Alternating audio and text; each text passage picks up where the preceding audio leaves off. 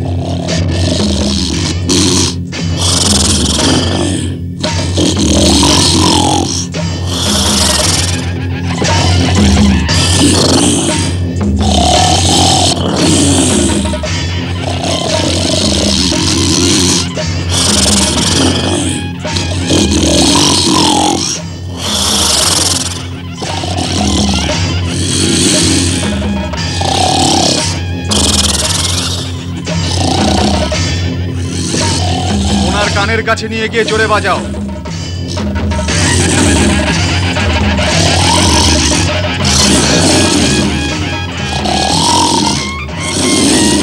আরো জোরে, আরো জোরে।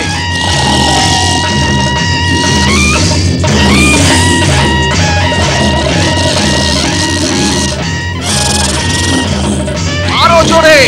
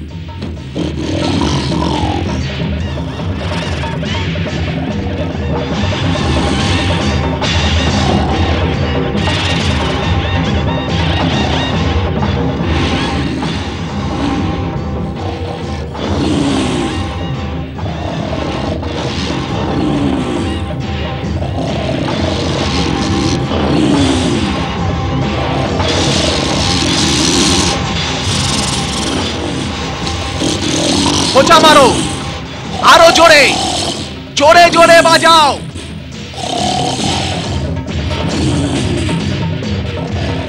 ঘুম ভাঙানোর চেষ্টা করো, আরো জোরে বাজাও, বাজাও জোরে।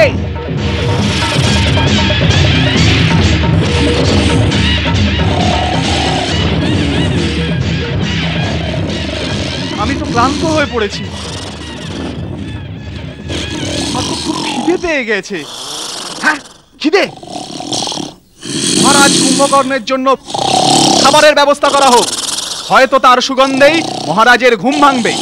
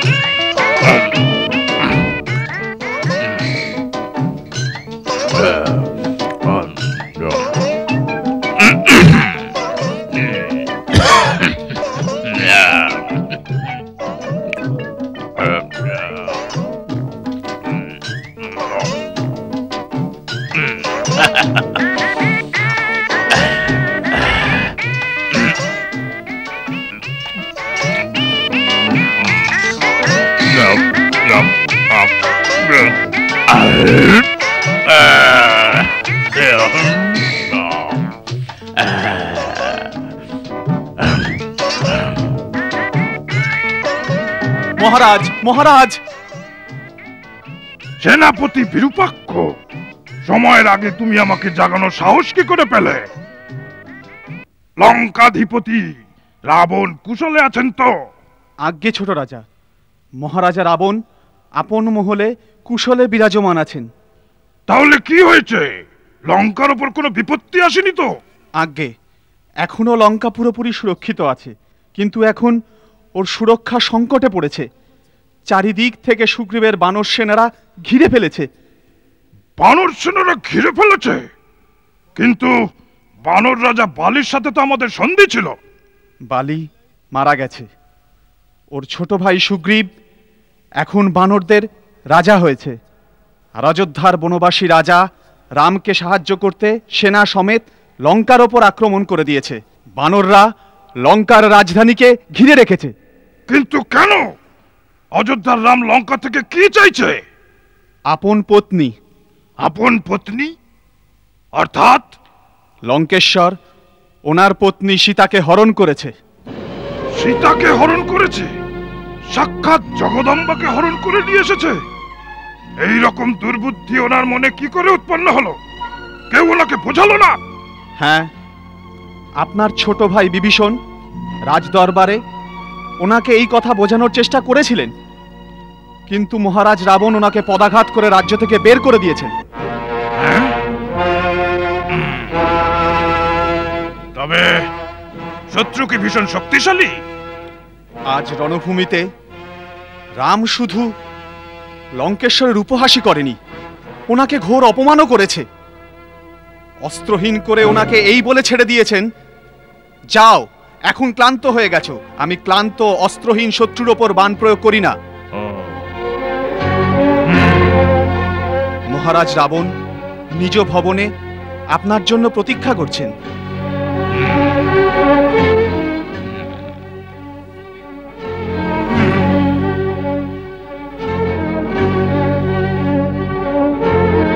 বাহ, কুম্ভকর্ণ জেগে উঠেছে। আজ্ঞে হ্যাঁ মহারাজ, শ্রীমান কুম্ভকর্ণ নিজের কক্ষ ছেড়ে আপনার দর্শনের জন্য আসছেন। শ্রীমান কুম্ভকর্ণকে দেখে নগরে উৎসাহ ছড়িয়ে পড়েছে। এখন তো চারিদিকে শুধু উৎসাহই দেখা দেবে। আমি বিলাস ভবনের ছাদে যাচ্ছি, বীরবর কুম্ভকর্ণের সাথে ওখানেই দেখা হবে।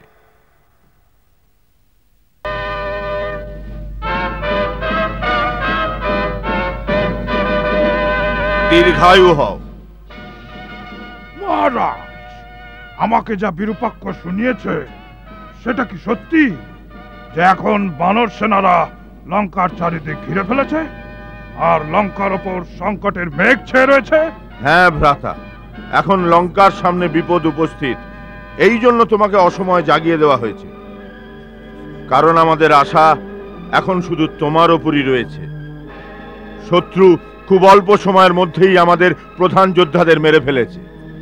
যতক্ষণ না সমুদ্র পার হয়ে অন্য জায়গা থেকে রাক্ষস সেনারা যুদ্ধে সহায়তা করার জন্য আসে, ততক্ষণ এই অল্প সেনাদের দ্বারা লঙ্কাকে সুরক্ষিত রাখা খুব কঠিন মনে হচ্ছে। লঙ্কার রাজকোষও খালি হয়ে গেছে। এখন তোমার যুদ্ধভূমিতে যাওয়া আবশ্যক হয়ে পড়েছে। ইন্দ্রজিৎ কিছু করতে পারেনি। যখন আমি স্বয়ং রামের সাথে যুদ্ধে জিততে পারিনি, তখন ইন্দ্রজিৎ তার মোকাবিলা করবে কি করে? এই জন্য আমি তাকে যুদ্ধে পাঠাইনি। আপনি স্বয়ং কি রণভূমিতে গেছিলেন? হ্যাঁ, যখন প্রহস্ত আর মকরাক্ষস মারা গেল, তখন আমি বুঝেছিলাম শত্রু এরকম যোদ্ধার কাছে হার মানবে না। যুদ্ধ দীর্ঘতর হয়ে যাবে, আর লঙ্কাবাসীদের মনোবল দিন দিন খারাপ হতে থাকবে। এই জন্য আমি ঠিক করেছিলাম যে আমি স্বয়ং গিয়ে একবারই শত্রুকে সমূলে বিনাশ করব। কিন্তু শত্রু এতটা দুর্বল নয় যতটা আমি ভেবেছিলাম। ও আমার সমস্ত অস্ত্রকে নষ্ট করে আমাকে নিরস্ত্র করে দিয়েছে। আর সবচেয়ে বড় অপমান তো আমাকে তখন করেছে যখন সেই অবস্থায়ও আমাকে বধ করেনি। যুদ্ধতে মারা গেলে আমার বীরত্ব ক্ষুণ্ণ হতো না, কিন্তু ও আমাকে অপমান করে ফিরিয়ে দিয়েছে। এখন সারা পৃথিবী আমায় দেখে হাসছে, এমনকি সীতাও আমায় উপহাস করবে। এখন আমি কোন বীরত্বের অহংকার নিয়ে ওর সামনে যাব? কুম্ভকর্ণ আমার ভাই, এই জন্য তোমার যুদ্ধভূমিতে গিয়ে ওই বানর আর মানবদের ভক্ষণ করা দরকার হয়ে পড়েছে। আজ রাক্ষস জাতির সম্মান তোমার হাতে। তোমায় রাবণের অপমানের বদলা নিতে হবে রামের ওপর।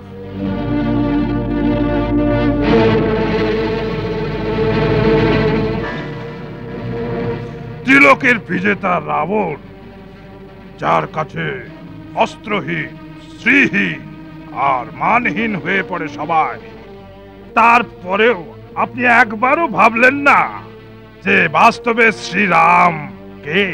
কুম্ভকর্ণ!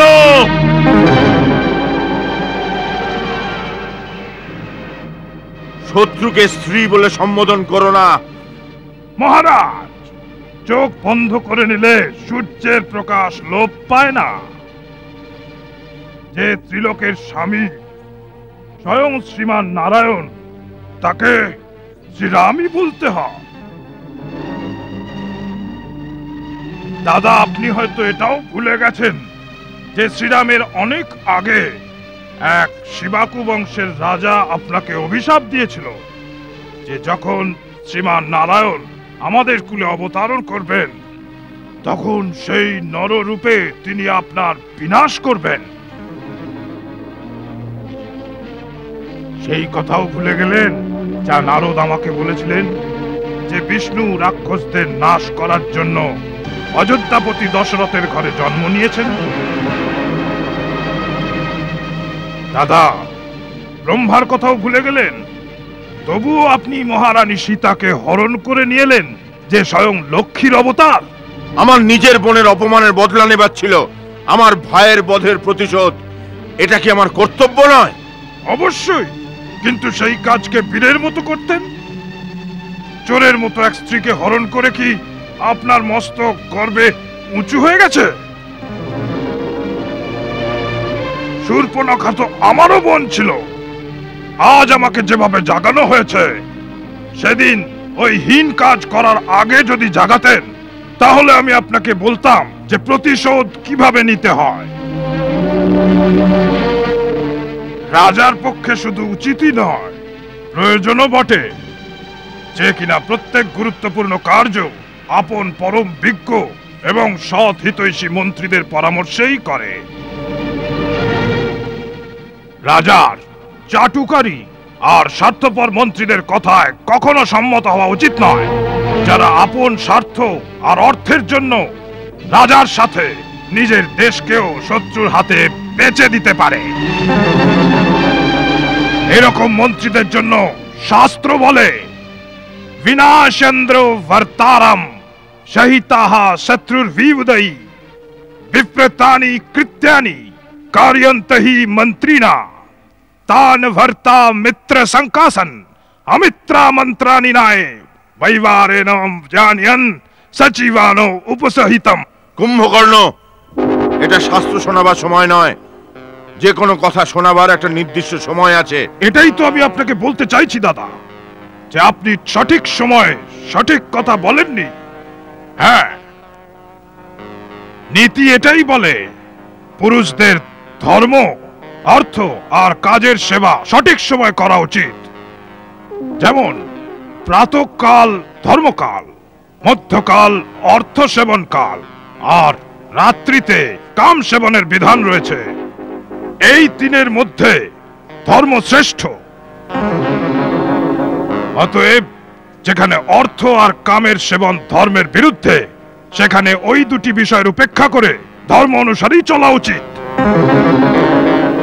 সীতাকে হরণ করবার সময় আপনি ধর্ম আর অধর্মের কথা ভাবেননি। মন্দোদরী বৌঠান আর বিভীষণের নীতি আর ধর্মযুক্ত কথা একবারও শোনেননি। কেবল নিজের কাম চরিতার্থ করার কথাই ভেবেছেন আপনি। এর ফলে আজ সমস্ত লঙ্কাবাসী ভোগ করছে। একজন গুরুদেবের মতো যদি আমাকে উপদেশ শোনাতে চাও, তাহলে যাও, কি আবার শুয়ে পড়ো। আমার তোমাকে কোনো প্রয়োজন নেই। এখন সংকটের সময়, এখন তোমাকে কি করতে হবে সেই কথাই বলো। মেনে নিলাম আমি ভুল করে নারায়ণকে চিনতে পারিনি। মেনে নিলাম যে নিজের ভুলে একজনের স্ত্রীকে হরণ করেছি। মেনে নিলাম নিজের গৌরবের অহংকারে আমি কারোর পরামর্শ গ্রহণ করিনি। এই সব কথা নিয়ে আলোচনা করলে ইতিহাস পেছনে ফিরবে না।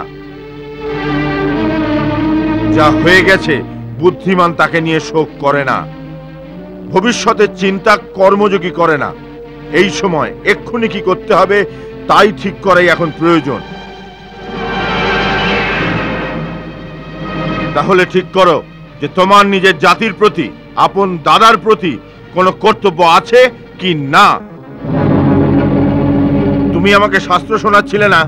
আরে শাস্ত্রে তো এটাও লেখা আছে যে ভাই যদি কোনো পাপ করে, অপরাধ করে, তবু সংকটে যে ভাই সঙ্গে থাকে সেই প্রকৃত ভাই বলার যোগ্য। অপরাধীকে শিক্ষা তো সবাই দিতে পারে, কিন্তু ভাই তো সেই যে সংকটের সময় সঙ্গে থাকে, সহায়তা করে, শিক্ষা দেয় না। শাস্ত্রদ্বয় বিপন্নাথম দীনমদ্য পদ্মতে সবন্ধুর্য উপনীতেষু সহায়ায়ু কল্পতে। ভেবে দেখো, রাবণের জন্যই হোক, কিন্তু রাবণের সাথে সমস্ত রাক্ষস জাতির বিনাশ হয়ে যাবে, তা তুমি স্বীকার করে নেবে না নেবে না? তর্ক করার সময় এটা নয়। যদি মনে কোনো সংশয় থাকে, যদি কর্তব্যের পথ পরিষ্কার না হয়, তাহলে যুদ্ধে গিয়ে কোনো লাভ নেই। যাও, গিয়ে শুয়ে পড়ো। রাবণ নিজের সম্মান বাঁচাতে আর গর্বের সঙ্গে বাঁচতে ও মরতে জানে। যাও।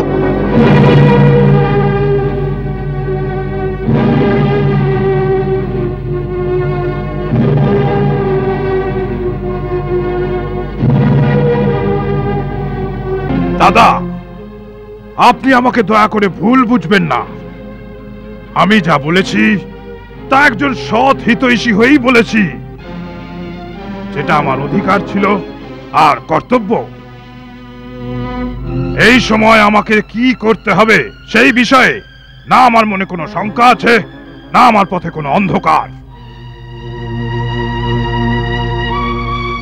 আমি তো ছোট ভাই, আর ছোট ভাইয়ের একটাই ধর্ম, যতক্ষণ সে জীবিত থাকবে আর সুস্থ থাকবে ততক্ষণ বড় ভাইয়ের যেন কোনো কষ্ট না হয়। তার জীবিত অবস্থায় যদি বড় ভাইয়ের কোনো চিন্তা থাকে বা যদি সে সংকটের সম্মুখীন হয়, তাহলে সেই ছোট ভাইকে ধিক্কার। ছোট ভাই শুধু মিত্রই নয়, সেবকও বটে।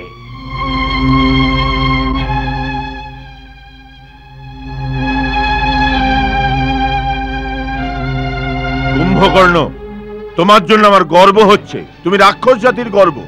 দাদা, এবার আপনি যুদ্ধের কথা ভুলে যান। আমি আপনাকে কথা দিচ্ছি যে আজ সূর্যাস্ত হবার পূর্বে ওই বনবাসী রাজকুমারদের মস্তক লঙ্কার অলিগলি দিয়ে খেলনার মতো পা দিয়ে মারতে মারতে নিয়ে আসবো, যাতে যাদের আত্মীয় স্বজন এই যুদ্ধে মারা গেছে তারাও এসে একটা করে লাথি মারতে পারে। আমি যদি জীবিত থাকি তাহলে আজ রাতে লঙ্কায় বিজয় উৎসব হবে। কিন্তু কিন্তু কি? কিন্তু দাদা, সুখের কথাই সঠিক হলো। ও সত্যি সত্যি ভগবান, কিন্তু তাও আমি পিছু হটব না। নিজের ভাইয়ের সম্মানের জন্য রণভূমিতে লড়তে লড়তে মরে যাব, এটাই আমার শেষ কথা। মৃত্যুর কথা কেন ভাবছো কুম্ভকর্ণ? তুমি অবশ্যই জয়ী হবে। আমি সেনানায়কদের আদেশ করছি যে তোমার সাথে যাবার জন্য চতুরঙ্গ সেনা যেন তৈরি থাকে। না দাদা, আমার কোনো সেনার প্রয়োজন নেই। রণভূমিতে আমি একাই যাব। আমার হাতে শুধু শিবের ত্রিশূল থাকবে। ওনাদের অর্ধেক সেনা তো আমার পায়ের নিচে পিষে মরে যাবে। দাদা, আমাকে আজ্ঞা দিন আর আশীর্বাদ করুন যেন আমার জন্য আপনার গৌরব আরো বৃদ্ধি পায়। দাদা, একটা প্রার্থনা ছিল। বলো। যদি রণভূমিতে আমার মৃত্যু হয় তাহলে বুঝবেন যে কেউ ওনার সাথে জিততে পারবে না। তখন শ্রীরামকে ভগবান মনে করে ওনার স্মরণ করে যাবেন, যাতে আমাদের কুল সমূহ নাশ থেকে বেঁচে যায় আর আপনার রাজ্য অকণ্টক হয়ে যায়।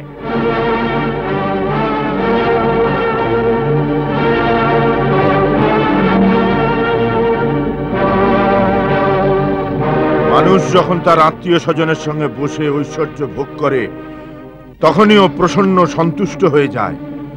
যদি তোমার মতো ভাই না থাকে তাহলে ত্রিলোকের সাম্রাজ্য রাবণের কোন কাজে লাগবে? ভাই, ভাইয়ের ছেলে নিজের ছেলেদের হারিয়ে কি করে ঐশ্বর্য ভোগ করবে রাবণ? যাও কুম্ভকর্ণ, মৃত্যুর কথা ভেবো না, যুদ্ধের কথা ভাবো, যুদ্ধ জয়ের কথা ভাবো। যাও।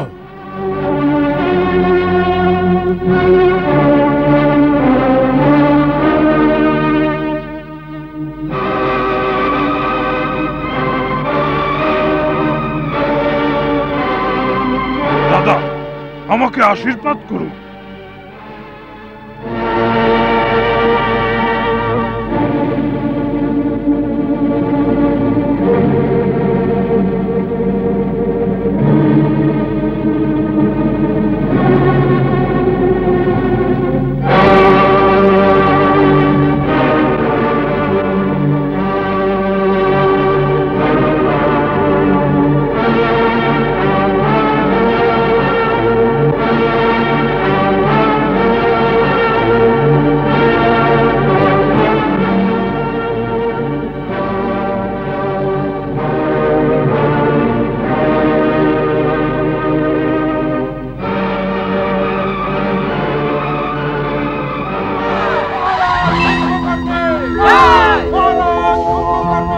এই ধর্ম কর্তব্য এই সময়োচিত জ্ঞান, ভাইয়ের জন্য ভাই চলেন দিতে প্রাণের বলিদান। রণবীর মদমত্ত চলে প্রচন্ড বেগেতে ধে চলে, রণবীর মদমত্ত চলে কম্পিত ধরা পদ ভারতে, জগৎ কেঁপে হুঙ্কারেতে, জগৎ কেঁপে হুঙ্কারেতে। সেনাতে সন্ত্রাসী ছেয়ে যায়, ভয়ভীত হয়ে পালায়, কোন ভীষণ কায়েজে পদে পদে এগিয়ে আসে, কোন ভীষণ কায়েজে পদে পদে এগিয়ে আসে সে। একে রাবণ কি কোনো মায়াবী রূপ ধারণ করেছে? না, এটা রাবণ নয়। তাহলে কে? কুম্ভকর্ণ, রাবণের ছোট ভাই, আমার অগ্রজ। তাহলে এত বিশাল শরীর ওনার বরদানে পাওয়া? না, এ জন্ম থেকেই এরকম। বাল্যকাল থেকেই এ শরীরে প্রবল শক্তি ছিল। এ একদিনে এত খাবার খেতে পারে যে অনেক নগরীর মানুষ মিলেও তা খেতে পারবে না। ব্রহ্মার চিন্তা ছিল এই যে এ যদি জীবিত থাকে তাহলে সমস্ত সংসারের অন্ন ধ্বংস করে দেবে। তারপর আমরা তিনজন মিলে ঘোর তপস্যা করে ব্রহ্মাকে প্রসন্ন করে ফেলেছিলাম।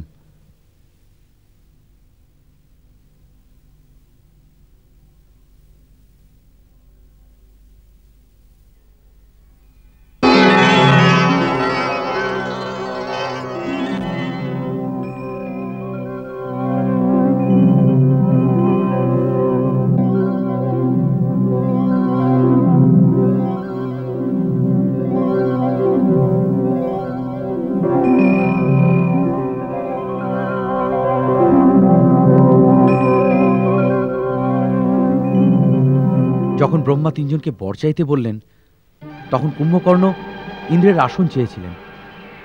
ইন্দ্রাদি দেবতা ভয়ভীত হয়ে মাতা সরস্বতীর সাহায্য প্রার্থনা করেন।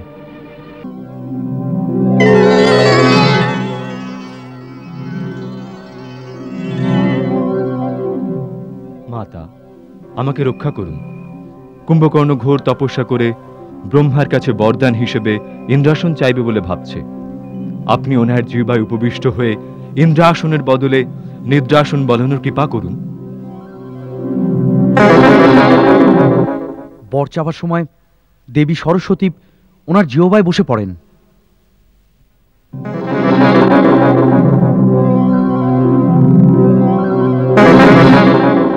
আর যখন ব্রহ্মা জানতে চাইলেন তখন উনি ইন্দ্রাসনের পরিবর্তে নিদ্রাসনের বর চেয়ে নিয়েছিলেন। পিতামহ, আমি নিদ্রাসন চাই। তথাস্তু বৎস কুম্ভকর্ণ, এখন থেকে তুমি জীবনভর নিদ্রামগ্ন হয়ে থাকবে। না পিতামহ, না না না। হে দেব, আপনি ওকে জীবন তো দিলেন, কিন্তু এই আশীর্বাদ দিয়ে এই জীবন মৃত্যুর সমান করে দিলেন। জীবনভর ঘুমিয়ে থাকলে ও সংসারকে কেমন করে দেখবে, কি ভোগ করবে? এরকম জীবনের কি অর্থ? পিতামহ, যাকে স্বয়ং জীবন দিলেন তার সাথে এই অন্যায় করবেন না। ব্রহ্মবাক্য মিথ্যা হয় না। তবুও দশানন, তোমার ভ্রাতৃপ্রেমে অভিভূত হয়ে আমি কুম্ভকর্ণকে কেবল একদিন জেগে থাকবার সুযোগ প্রদান করছি। 6 মাস গভীর নিদ্রায় বিলীন থাকবে।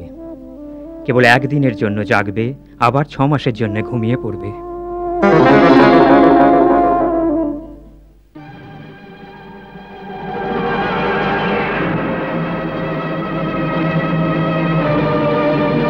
তাহলে কি ওর 6 মাস আজই পূর্ণ হলো? না, এখনো 6 মাস পূর্ণ হয়নি। রাবণ বিপত্তিতে পড়ে একে বলপূর্বক জাগিয়ে দিয়েছে। আমার গুপ্তচরদের কথায় এই জেগে ওঠার পর রাবণকে অনেক বোঝানোর চেষ্টা করেছিল যে এখনই মাতা সীতাকে নিয়ে আপনার শরণে চলে যায়, কিন্তু রাবণ ওর কোনো কথা শুনতে চায়নি আর একে যুদ্ধে পাঠিয়ে দিয়েছে। কেননা কুম্ভকর্ণ একদিনেই সমস্ত বানর সেনাদের খেয়ে সমাপ্ত করে দিতে পারে। তাহলে তো খুব শীঘ্রই ওই দৈত্যকে শেষ করে দিতে হবে। দাদা, আমাকে আজ্ঞা দিন। না লক্ষণ, ইনি ব্রহ্মার বরদান প্রাপ্ত, এনার জন্য আমাকেই যেতে হবে। আপনার অনুমতি হলে আমি একবার যাব প্রভু। না মহারাজ বিভীষণ, আমি আপনাকে লঙ্কার রাজ সিংহাসনে বসানোর কথা দিয়েছি। আপনার জীবনকে সংকটে ফেলব না। আমি এটাও চাই না যে ভাইয়ের হাতে ভাই বধ হোক। কুম্ভকর্ণের সাথে স্বয়ং আমি যুদ্ধ করব। আমি যুদ্ধ করতে যাচ্ছি না। আমি তো দাদা কুম্ভকর্ণকে বোঝাতে চাই যে ও অধর্মের পথ ছেড়ে যেন আপনার শরণে চলে আসে। যদি আপনার আজ্ঞা হয় তাহলে যাই। প্রভু, মহারাজ বিভীষণের ভাবনা ঠিক।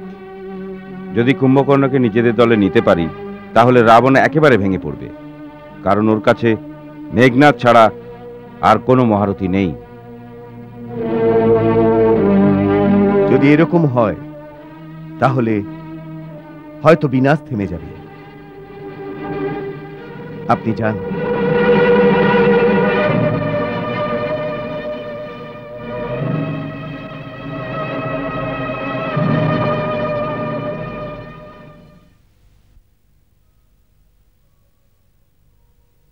ধর্মজ্ঞ বিভীষণ চান নিজের ভাইকে বোঝাতে, যে কুম্ভকর্ণ মহাজ্ঞানী হয়তো বা মেনেও নেবে।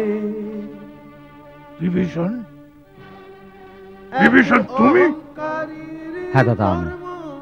মোদের আজ কোথায় নিয়ে যায়, বৈরীর মতো দাঁড়িয়ে ভাইয়ের সম্মুখে ভাই।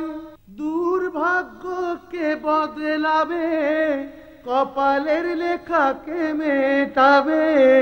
দুর্ভাগ্যকে বদলাবে, কপালের লেখাকে মেটাবে। দুর্ভাগ্যকে বদলাবে, কপালের লেখাকে মেটাবে।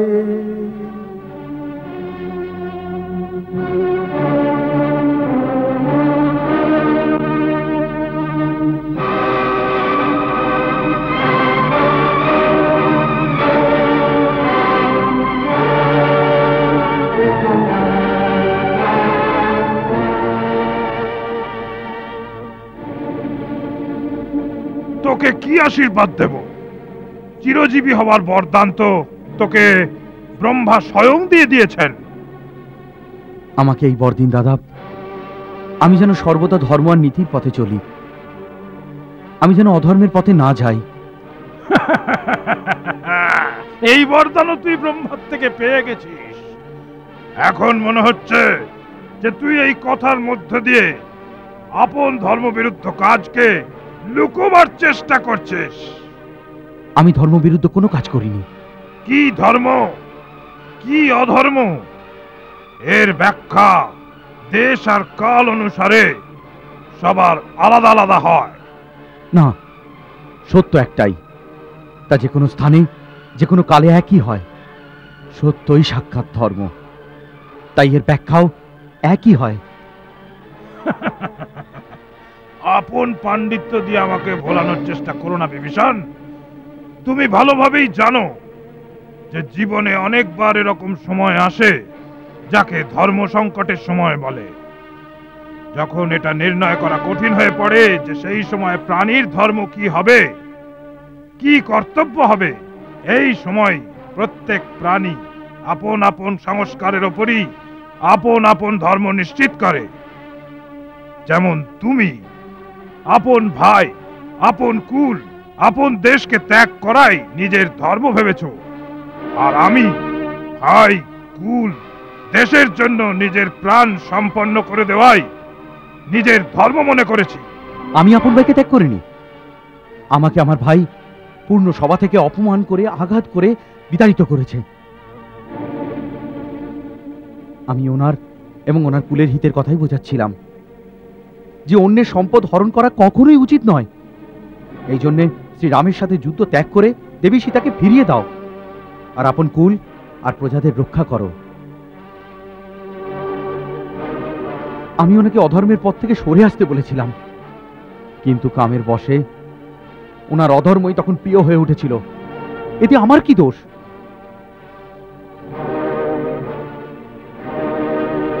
বিভীষণ, যদি শরীরে কোনো দোষ বা কোনো রোগ হয় তাহলে আপন বাহু আপন শরীর ত্যাগ করে দেয় না। ভাই ভাইয়ের বাহু হয়। তুই ভাইয়ের থেকে আলাদা হয়ে ওনার একটা বাহু কেটে দিয়েছিস। যদি পরাজয় হয় তাহলে সেই পরাজয়ের কারণ হবি তুই, তুই, তুই। না, আমি ওনাকে পরাজয়ের নয়, বিজয়ের কথা বোঝাতে চেয়েছিলাম। আমি ওনার সামনে সুমতি, সততা আর শ্রীরামের সাথে সন্ধির প্রস্তাব নিয়ে এসেছিলাম। আমি এখন এই প্রস্তাব আপনার সামনেও নিয়ে এসেছি। লঙ্কার যে রাজ্য শ্রীরাম আমাকে প্রদান করেছেন, সেই রাজ্য আমি চাই না। ওই রাজ্য আমি আপনাকে সমর্পণ করছি। কিন্তু আপনি এই সংঘারকে রোধ করুন, কারণ এতে সমস্ত রাক্ষস জাতির বিনাশ হয়ে যাবে। আর এর কারণ হলো মহারাজ রাবণের দুরাচারিতা। আপনিও তো এই দুরাচারিতার সঙ্গে সম্মত নন ভ্রাতা? বলুন। হ্যাঁ, আমি ওনার সাথে সম্মত নই। তাহলে আমাদের দিকে চলে আসুন। দুষ্কর্ম আর দুরাচারীর জন্য আপন বন্ধুকে দণ্ড দেওয়াও তো অধর্ম নয়। যদি এই সময় আপনি ওর সঙ্গ ত্যাগ করেন, তাহলে এমনই হতে পারে যে উনি সঠিক পথে চলে আসবেন। ভ্রাতা, এই সময় এটাই আপনার ধর্ম।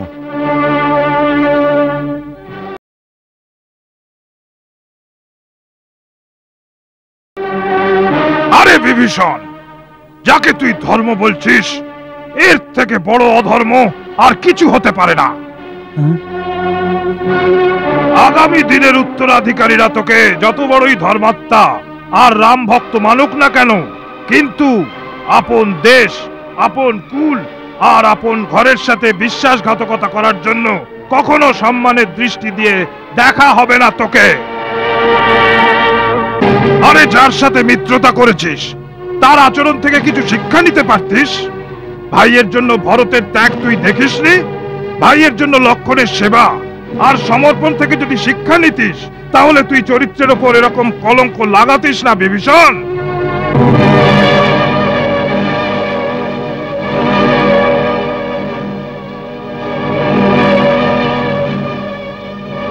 ভরত আর লক্ষণের পদাঙ্ক অনুসরণ করার জন্য শ্রীরামের মতো আদর্শবান আর মর্যাদা পুরুষোত্তম ভাই পাওয়া দরকার।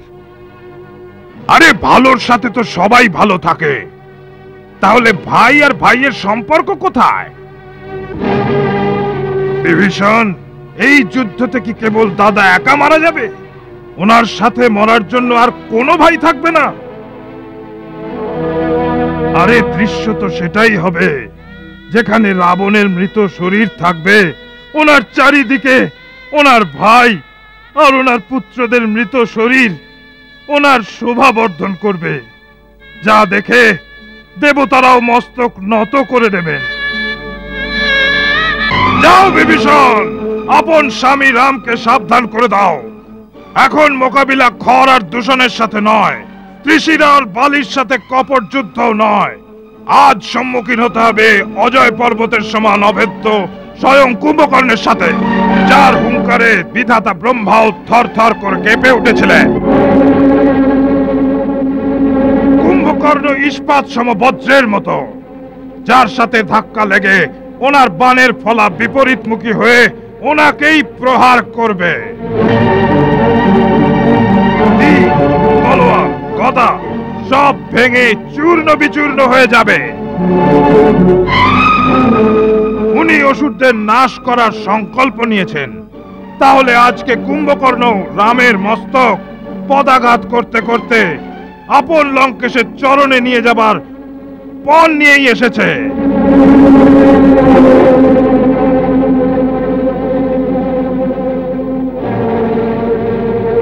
যা যা আমার ভাই, তুই অস্ত্রহীন হয়ে আমার সামনে আর দাঁড়িয়ে থাকিস না।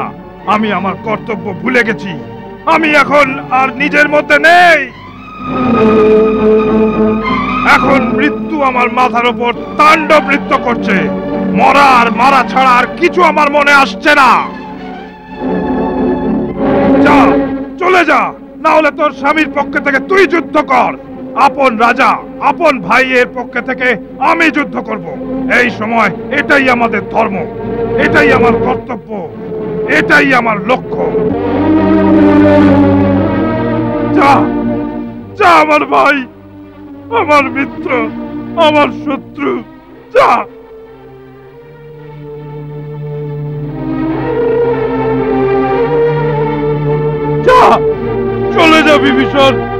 চলে যা।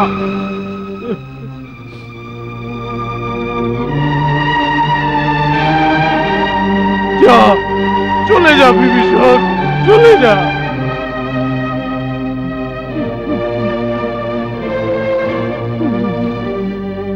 বিভীষণ, আমার ভাই,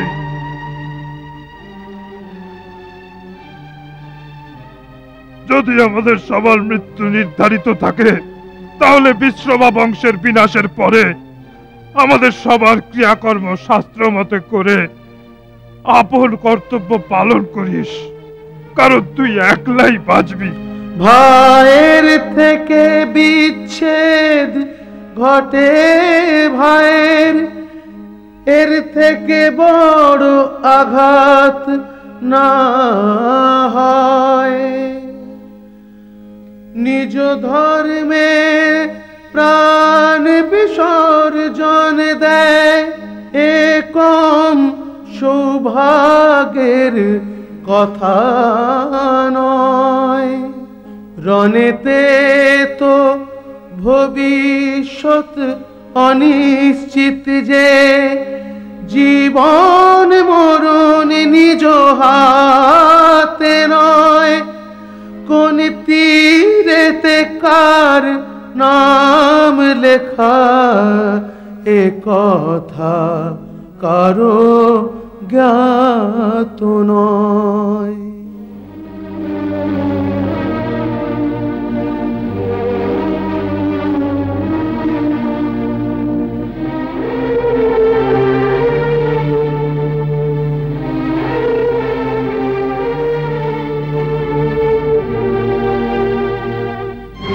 মহারাজ বিভীষণ, কি হলো? কুম্ভকর্ণ মানেনি,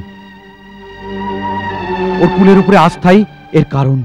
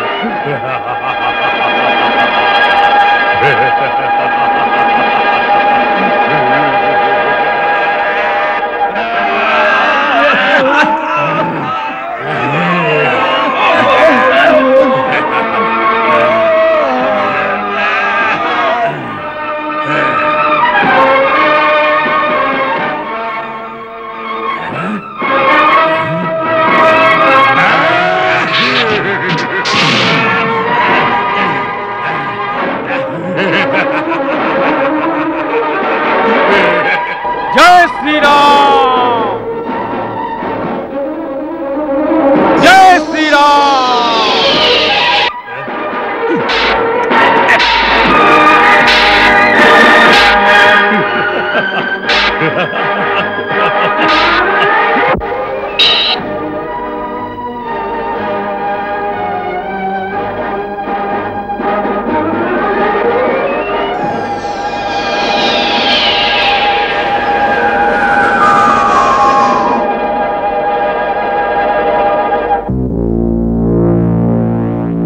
পরম বলশালী মনে হচ্ছে তোমাকে বানর। কে তুমি? রাজা সুগ্রীব, না ওনার পুত্র, নাকি সে যে আমাদের লঙ্কা নগরীতে আগুন লাগিয়ে দিয়েছিল? এই তিনজনের মধ্যে কে তুমি? আমার হাতে মরার আগে নিজের আর নিজের পিতার নাম বলে যাও। আমার পিতার নাম শুনলে এই অহংকারে উত্থিত হওয়া মস্তক লজ্জায় নত হয়ে যাবে। যে মহারাজ বালি তোমার বড় ভাই মহাপরাক্রমশালী রাবণকে অনেক দিন তার লেজে বেঁধে রেখেছিলেন, আমি সেই মহাবলীর পুত্র অঙ্গদ। সেই অঙ্গদ যার আপন পিতার হত্যাকারীদের সেবা কার্য করতে লজ্জা লাগে না? আপন পিতার নাম তুমি খুব উঁচু করেছ। যতদিন বাঁচবে সংসার তোমার নিন্দা করবে। আমি তোমাকে মেরে আজ সেই নিন্দা থেকে মুক্ত করে দেব।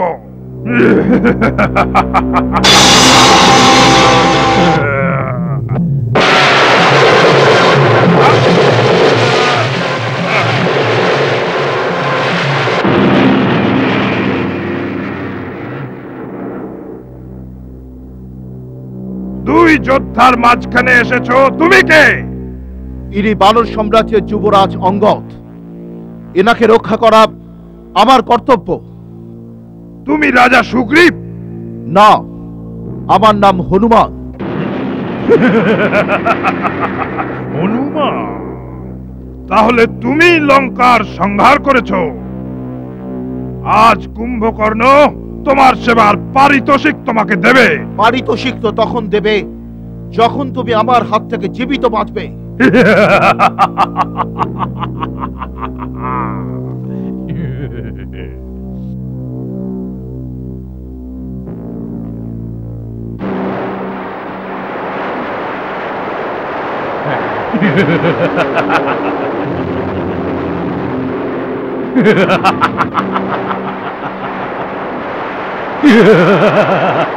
কুম্ভকর্ণ, আজ এই পর্বতের নিচে তোমার সমাধি ঘটবে।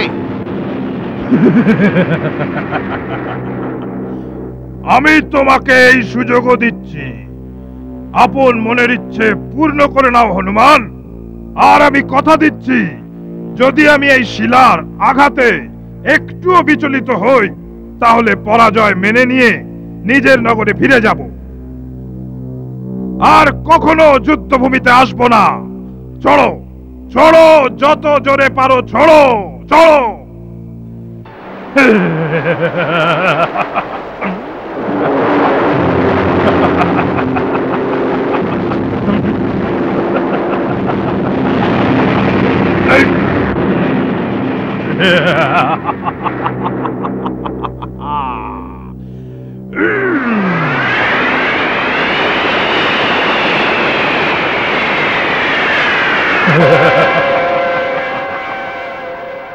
আমি তোমার সাহসের প্রশংসা করছি, এই জন্য তোমাকে জীবিত ছেড়ে দিচ্ছি। আর যদি কোনো ইচ্ছে বাদ না থাকে, তাহলে যাও যাও, গিয়ে আপন প্রভু রাম আর লক্ষণকে বলো এখনো মুখ লুকিয়ে কেন বসে আছে। কুম্ভকর্ণ ওনাদের যুদ্ধের জন্য আহ্বান করছে, যুদ্ধক্ষেত্রে আসুক। দাদা, এই আহ্বান আমি সহ্য করতে পারছি না। আপনি আমাকে আজ্ঞা দিন, তা না হলে এ আমাদের সমস্ত সেনার বিনাশ করে দেবে। যাও লক্ষণ।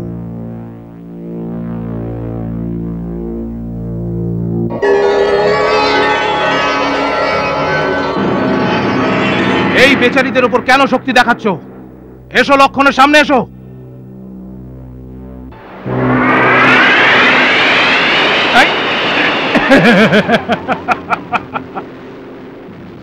লক্ষ্য, একাই এসেছো? যদি তোমরা দুজন ভাই একসাথে মরতে না চাও, তাহলে এটাই ভালো। অনর্থ কথা বলে কি লাভ কুম্ভকর্ণ?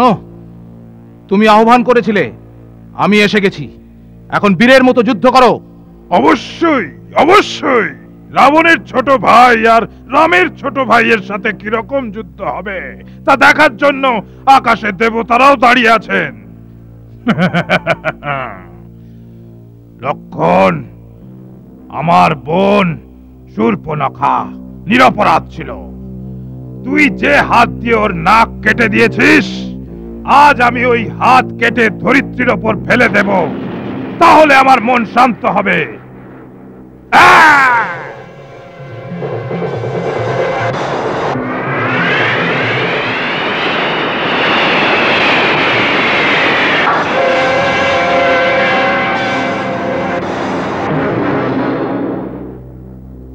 এই অস্ত্রকে কেবল শিবই ভাঙতে পারত।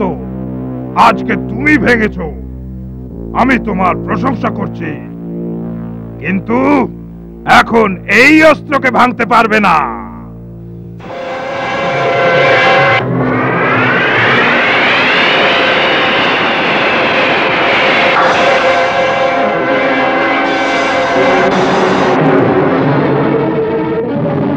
তাহলে এখন নাও স্বয়ং শিবের অমোঘ ত্রিশূল।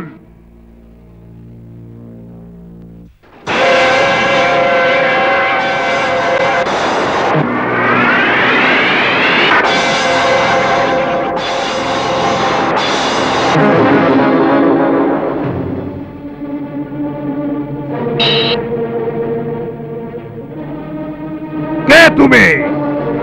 আমি বানররাজ সুগ্রীব, তোর জম।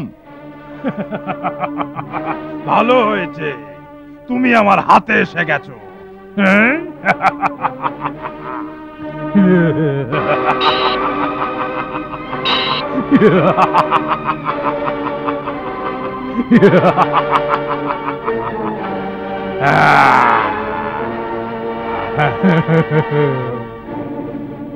ভালো হয়েছে তুমি আমার হাতে এসে গেছো। চলো বানররাজ, তোমাকে নিয়ে গিয়ে মহারাজ রাবণের চরণে সমর্পণ করব। তোমাকে ছাড়াবার জন্য তখন তোমার সেনাদের হাতিয়ার ফেলে দিতে হবে। চলো।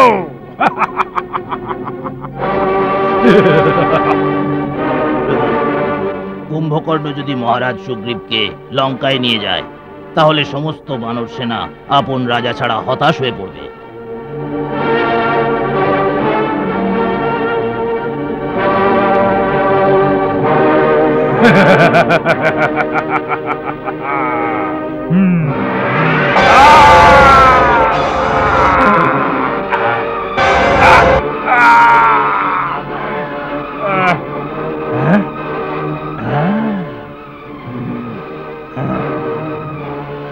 তাহলে তুমিও এসে গেছো, খুব ভালো করেছো। আমি কেবল তোমার প্রতীক্ষাই করছিলাম। আমি তোমার অনুজকে বালক ভেবে ছেড়ে দিয়েছি। হনুমান আর সুগ্রীবের প্রাণও নিইনি, কেননা এই ছোটখাটো বানরদের মেরে ফেললে আমার কি যশ লাভ হতো। আমি কেবল তোমার প্রতীক্ষায় এতক্ষণ ঘুরে বেড়াচ্ছিলাম, বারবার আহ্বান জানাচ্ছিলাম, যাতে সেটা শুনে হয়তো তোমার শিরায় ক্ষত্রিয়ের রক্ত জেগে উঠবে, আর তুমি এমন ভাবে আমার সামনে এসে যাবে যেমন যমের ডাকে জীবাত্মা শরীর থেকে বাইরে এসে যায়। এটা ভেবে নাও যে তুমি স্বয়ং হেঁটে মৃত্যু দেবতার সামনে এসে দাঁড়িয়েছো। আমি মৃত্যু দেবতাকে সাক্ষাৎ দেখতে পাচ্ছি, যিনি এই প্রতীক্ষায় দাঁড়িয়ে আছেন কখন আমার বাণে তোমার মাথা কাটা যাবে, আর উনি তোমার প্রাণ নিয়ে যমলোক চলে যাবেন। এর নির্ধারণ তো এখনই হয়ে যাবে যে কে যমপুরী যাবে। এর নির্ধারণ তো সেই সময় হয়ে গেছিল যখন তুমি বিভীষণের পরামর্শ না মেনে আমার শরণে আসা স্বীকার করনি। আমি তখনই বুঝে গিয়েছিলাম তোমার পাপের ফল এখনো বাকি আছে। সেই জন্যই তুমি মুক্তির দরজাতে এসেও মৃত্যুর দরজায় চলে গেলে। মৃত্যুর দ্বার দেখতে চাও? তাহলে এই নাও।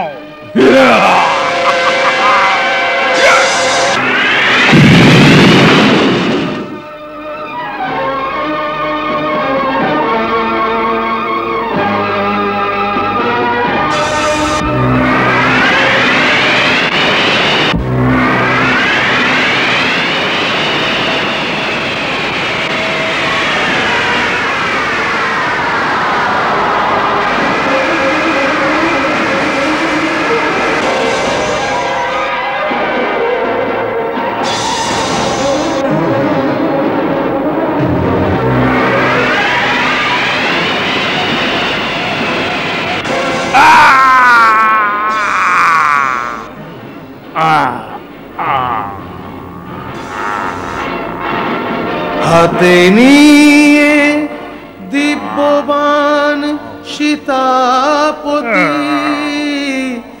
বাম ভুজ বিদীর্ণ করে দিলেন।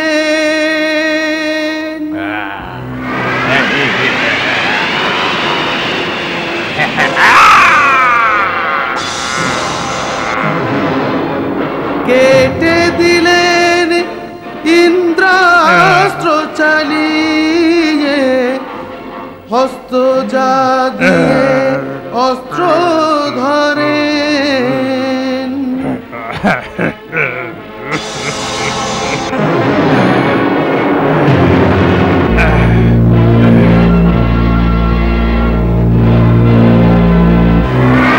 শির সমুদ্রতে গিয়ে পড়ে জগদীশ্বর যেই ব্রহ্মাস্ত্র মারেন।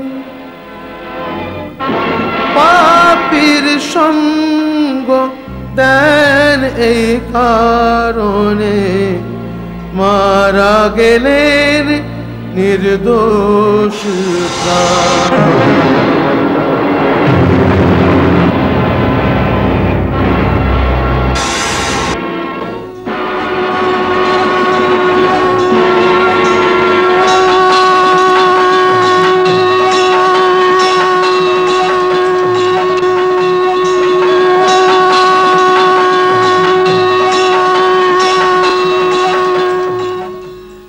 রাম সমর্থক রামজন, তনু মনে রামের সুগন্ধ, তথাপি কাদায় রক্তের এক অবিচ্ছিন্ন সম্বন্ধ।